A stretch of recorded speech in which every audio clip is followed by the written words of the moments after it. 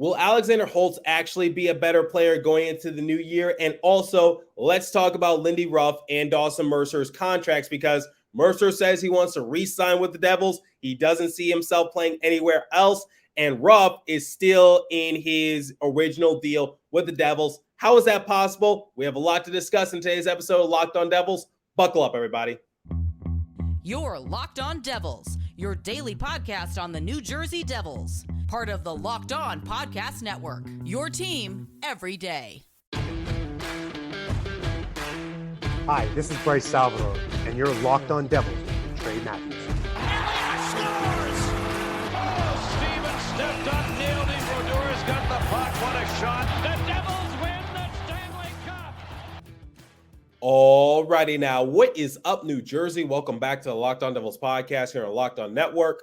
I'm your host, college hockey play-by-play announcer, Devils writer for Pucks and Pitchforks, and also part-time credential media member, Trey Matthews. Day one of training camp and day one of media day has concluded for the New Jersey Devils, and there are a few storylines that I want to discuss on today's episode. So the first and probably the most important one is Alexander Holtz and his overall improvement as a player, at least noticed by the Devils media. And then in the second segment, we'll talk about Lindy Ruff and his contract circumstance going into the new year and also beyond, because this is just pure speculation on my end, but I think it's going to be up to Ruff to see how much longer he wants to remain head coach for the Devils organization. And then to close out today's episode, Dawson Mercer gave us some good news. He says that he wants to re-sign with New Jersey. He doesn't see himself playing with a different team. He says this team is like his home and he wants to remain here. But until his name is signed on the dotted line, should we take his word for it? Once again, that'll be to close out today's episode. But let's talk about Alexander Holtz and his improvement. So what was the narrative going into training camp, preseason, and also the regular season for Holtz? It was that this is probably going to be his last year to show some sort of improvement or show that he could be a usable asset for the Devils moving forward, because one of the issues for Holtz is that when he gets to the NHL level, his production is sometimes there, sometimes it's not. He's not really all that consistent, and it seems like he's a deer in headlights when it comes to the overall execution, at least when he's on the sheet of ice. It seems like he's relatively slower compared to some of his teammates, but if he's representing Sweden on a national scale, if he's playing in Utica, he's very productive, and I think that's one of the reasons why the Devils are latching hope for him to try to develop into something special. But at the same time, the front office for both the Devils and the Comets had a serious sit-down discussion with Holtz during exit interviews saying, you got to step up, otherwise you're going to be benched this season, or worse comes to worse, he might be groomed for the trade market. So all eyes were on Alexander Holtz to see, has he improved? Can he fit in with the Devils system? So I'll give you guys my opinions on Holtz towards the end of this segment, but let's see what some of the Devils media personnel have been raving about Holtz, because at one point he was trending on the X app. So Bill Spalding of MSG put out eyes on all the combos, but particularly intrigued by that Meyer-Heischer-Holtz line. Amanda Stein also tweeted out, Holtz looks much leaner than in years past. Just watching him on the ice right now, and that's what's making his skating noticeably faster. He worked a ton last year with Devils skating coaches to improve his stride. Day one, you could tell it's different. James Nichols also backed up Amanda and said that Holtz is noticeably faster this fall. He also added to his own tweet by saying his edge work is equally as impressive too.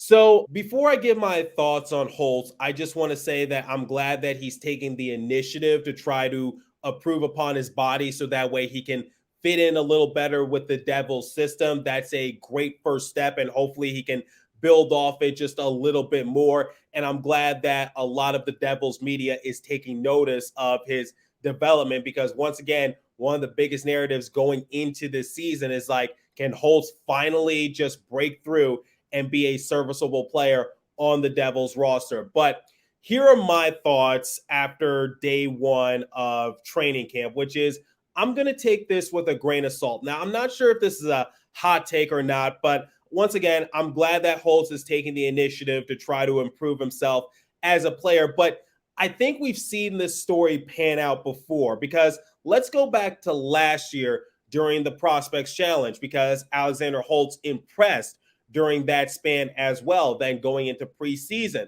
Remember that short-lived H2O line that consisted of Hughes, Holtz, and also Andre? That's why they were called H2O. I remember writing an article about that for Pucks and Pitchforks because they were performing somewhat well during preseason and seemed like they had good chemistry with one another. So I was like, okay, Andre is sort of like the veteran, so he can be like the glue piece on that line. Hughes is obviously the star player. Most of the points are going to generate off his stick. And then Holtz, maybe he can get his name into the Calder Trophy race, because if he's paired alongside with a veteran like Andre, and if he's with a superstar player like Jack, maybe that can bring out a lot of his overall capabilities and he can build up his stats a little bit more. But that H2O line, once again, very short-lived, mainly because Andre Palat got injured very early in the year, and then Holtz, he kind of slowed down at the beginning of the year. And to also add on to that, who scored the first goal of the season for the Devils? It was Holtz. So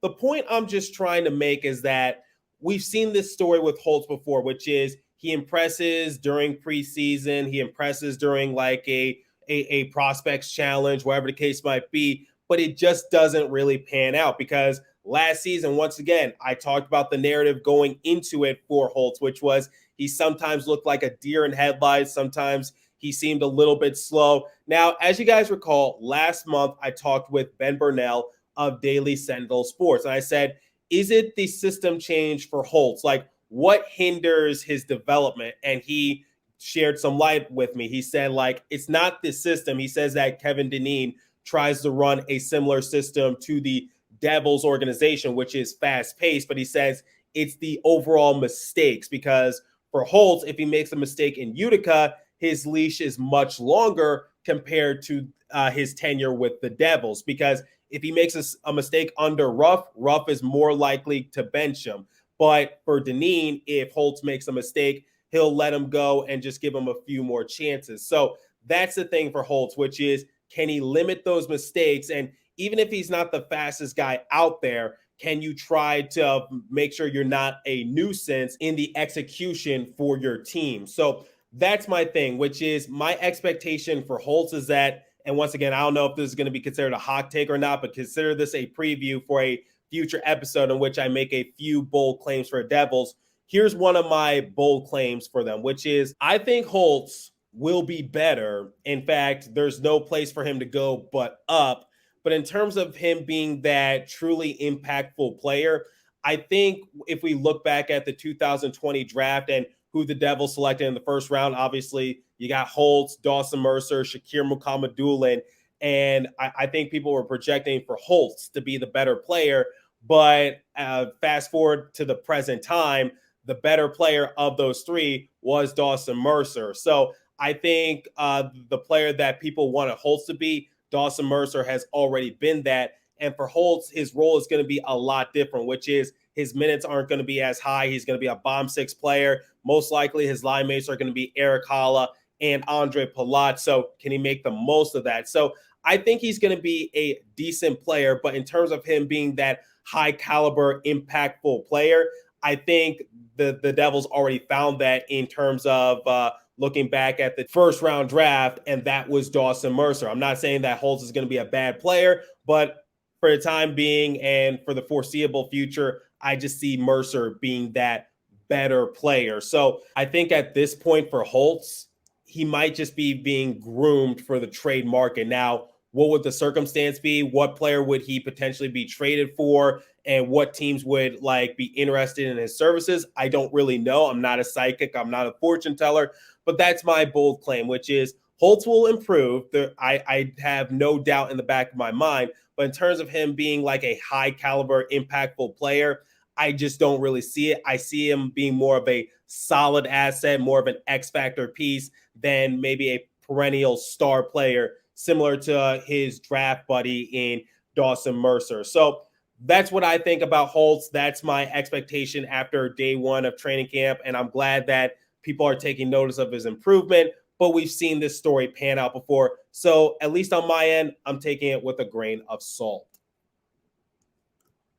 Okay, let's talk about Lindy Ruff and his contract circumstance with the Devils. So, shortly after the playoffs concluded and after exit interviews were also concluded, General Manager Tom Fitzgerald was quick to say that Lindy Ruff was going to be the go-to guy for the Devils and he was going to be back behind the bench. Well, a few days turned into a few weeks turned into a few months, and we still hadn't heard anything about Lindy Ruff and what his contract was going to look like with the Devils. Now, we finally got an update. So, according to Ryan Novozinski of NJ.com, he tweeted out and said that I'm told Ruff had an option year still left on his deal, which is why he's coaching now. But he and Devils GM Fitzgerald are working out a longer deal currently. James Nichols of New Jersey Hockey Now added to that and said, told the same as Ryan Novozinski, Lindy Ruff exercised an option on his 3-year contract he signed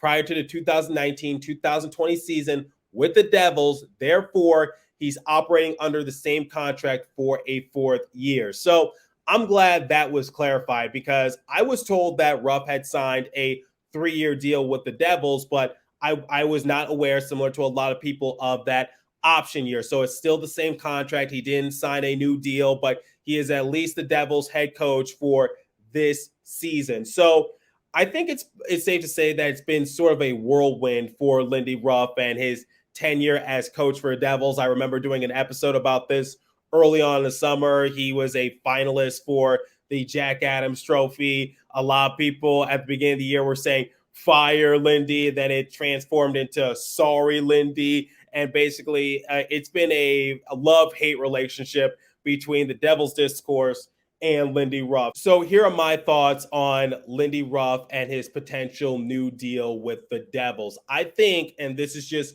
pure speculation on my end, it's really going to be up to Lindy if he wants to remain with the Devils, like short-term or long-term, because we do need to factor in that he did turn 63 back in February. So he's getting up there in age a little bit. He's one of the winningest coaches in NHL history. I'm sure he has his eyes set on trying to potentially win his first Stanley Cup as a head coach. And once again, he's seen a lot of success as a head coach, but obviously he saw a bit more success early on in his coaching tenure. And I think as the NHL has developed a little bit more, Ruff's style of coaching has, well, for lack of a better term, has gone out of style, but he was able to become more adaptable and he made it work with the Devils, which is why they had such a historic season. And a lot of credit needs to be given towards Ruff and his mindset and his execution as head coach. And I agree with Fitzgerald wholeheartedly.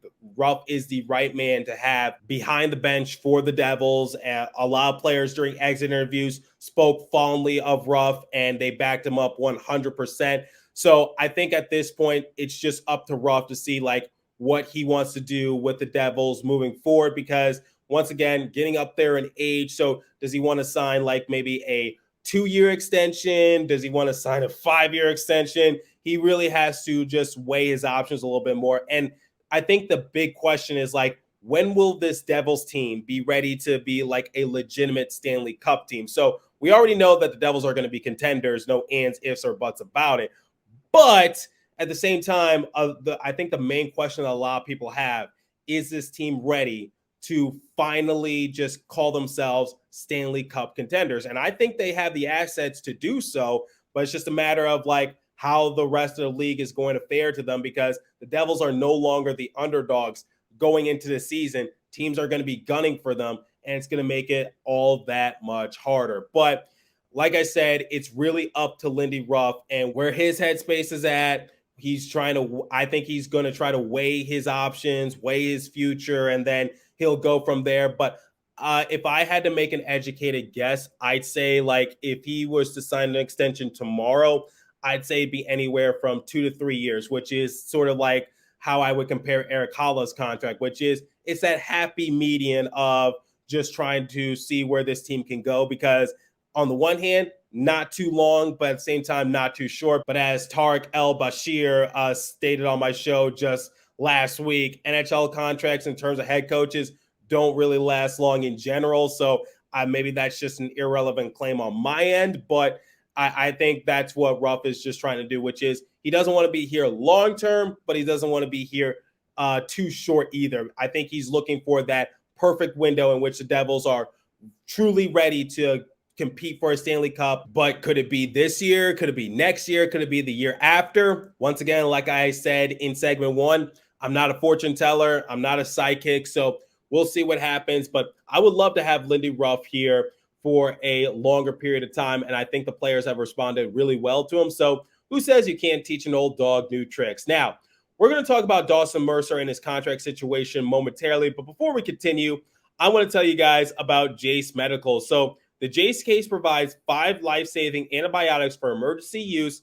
All it takes to get a Jase Case is to fill out a simple online form, and in some cases, jump on a quick call with one of our board-certified physicians, get ongoing care from our physicians on any treatment-related questions, doctor-created, doctor-recommended.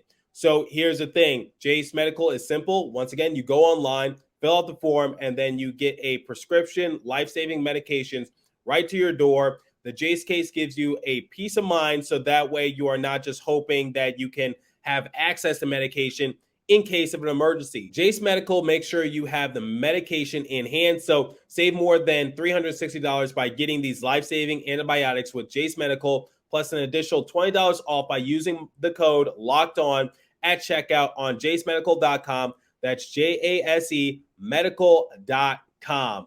And now I want you guys to make some extra money. So head over to FanDuel, because right now new customers get $200 in bonus bets guaranteed when you place a $5 bet. So snap into the action this NFL season with FanDuel, America's #1 sportsbook.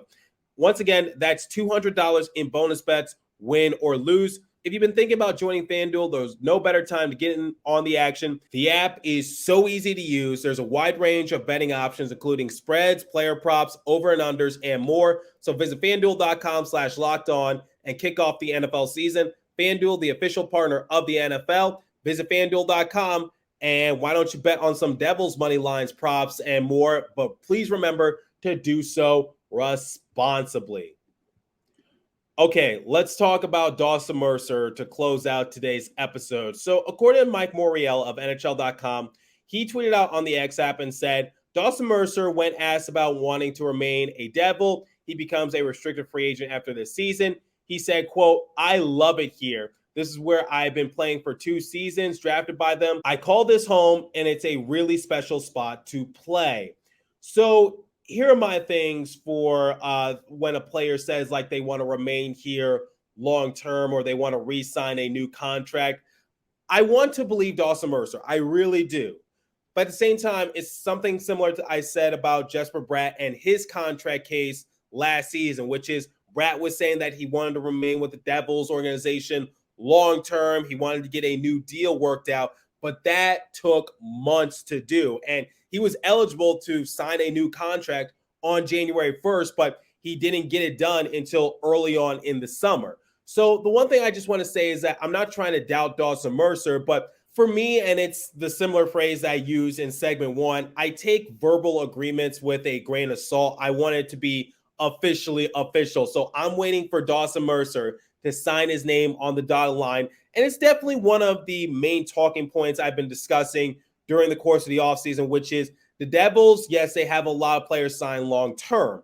But at the same time, you got to factor in Dawson Mercer. You got to factor in Luke Hughes, because they're definitely going to be needing some big extensions, especially Hughes, if he is going to become the big player that we are projecting for him to be. And Mercer is a really good player on the top 6 for the Devils, and he was definitely one of the catalysts that was driving the Devils' engine during the months of January and also February. So I'm really excited to see what Dawson Mercer can do this upcoming year, but I'm just going to wait for him to sign on the dotted line and make it officially official. So that's my thing. But at the same time, I don't want to be pessimistic. I don't want to end this episode on a lousy note. So let me give you guys my true expectations for Mercer and his contract situation. If it makes you guys feel any better, I personally believe that Mercer will sign an extension, but I'm just waiting for it to actually come into fruition. So once again, I have no doubt in the back of my mind, if I had to bet my bottom dollar, I'd say Mercer is going to remain with the organization, but I'm just going to wait until the organization makes it official, until he makes it official, because we've seen this song and dance routine pan out before, particularly with Jesper Bratt. Now, I'm not trying to say that Mercer and Bratt are the same players in terms of contract mindset. I'm not going to do too many speculation episodes, but if the Devils are able to re-sign Mercer at a reasonable date, then they're able to just have a better sense of direction financially for their organization, and they can start to plan out some of those holes that need to be filled in terms of finance, so that way you can re-sign Luke Hughes when that time comes. Or I think a big question that a lot of Devils fans are asking themselves is Tyler Toffoli going to remain with the Devils for the next few seasons, or is this just a one-year rental? Because Toffoli is going to be an unrestricted free agent, not a restricted free agent, an unrestricted free agent in 2024. Now, I know that's way down the line, but once again, if Mercer is able to sign his extension at a reasonable date, then the Devils can try to fill in those financial holes, so that way they can potentially get Toffoli to re-sign with the Devils on a multi-year deal. Same thing with Luke Hughes when his entry-level contract comes to an end. So that's my thing. And also, Fitzgerald did say during a press conference over the summer that his plan is to re-sign Toffoli to a multi-year deal. So at least in Fitzgerald's eyes, he doesn't see Toffoli as a rental. We'll see what happens, but let me know what you guys think. Do you think Holtz will be better this season? What are your expectations for him? And also, give me your thoughts on Lindy Ruff and Dawson Mercer and their respective contracts going into this year. Curious to your guys' thoughts, so leave a comment down below if you're watching on YouTube. As for today's episode, that's all the time I have for you, so continue to stay safe. Have a wonderful day, New Jersey. Go Devils. Hit up the show's X page at Locked On Devils and my personal X page at TreyMad4. And I will catch you guys in the next episode. Thanks for listening once again, everybody.